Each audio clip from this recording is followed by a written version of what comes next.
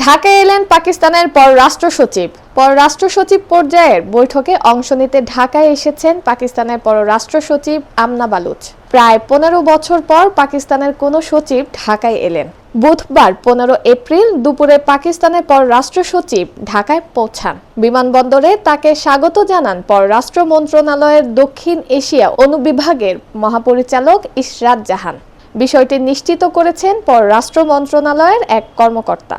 পররাষ্ট্র মন্ত্রণালয়ের কর্মকর্তারা জানিয়েছেন, আগামীকাল 17 এপ্রিল ঢাকায় বাংলাদেশ ও পাকিস্তানের মধ্যে অনুষ্ঠেয় সচিব বৈঠকে ইসলামাবাদের নেতৃত্ব দেবেন আমনা বালুচ। রাষ্ট্রীয় অতিথি ভবন পদ্মায় বৈঠকটি হওয়ার কথা রয়েছে। বাংলাদেশের পররাষ্ট্র সচিব মোহাম্মদ জসিমউদ্দিন ঢাকার পক্ষে নেতৃত্ব দেবেন। সূচি অনুযায়ী পররাষ্ট্র সচিব পর্যায়ের বৈঠক ও মধ্যাহ্ন ভোজ শেষে পাকিস্তানের পররাষ্ট্র সচিব বাংলাদেশের পররাষ্ট্র উপদেষ্টা মোহাম্মদ তৌহিদ হোসেন এবং প্রধান উপদেষ্টা ডক্টর মোহাম্মদ ইউনূসের সঙ্গে সৌজন্য সাক্ষাৎ করবেন। পররাষ্ট্র মন্ত্রণালয়ের এক কর্মকর্তা বলেন, সফরে সার্বিক দ্বিপক্ষীয় বিষয়ে আলোচনা হবে। এই প্ল্যাটফর্মে কোনো বিষয় বাদ থাকে না, সব আলোচনা হয়। অগ্রগতি কি আছে, কি করার আছে বা যায়, কি দেওয়ার আছে বা নেওয়া যায়, সবই আলোচনায় টেবিলে থাকবে।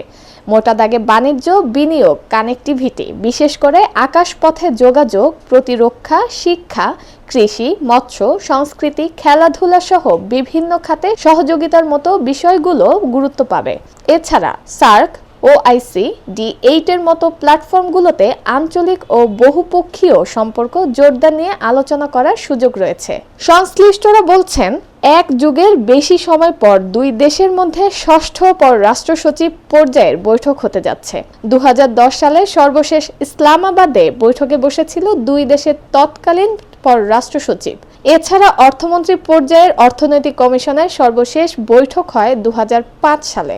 দীর্ঘদিনের জট খোলার পর আশা করা হচ্ছে এবারের আলোচনায় পরবর্তী অর্থনৈতিক কমিশনের বৈঠক নিয়ে কথা হবে।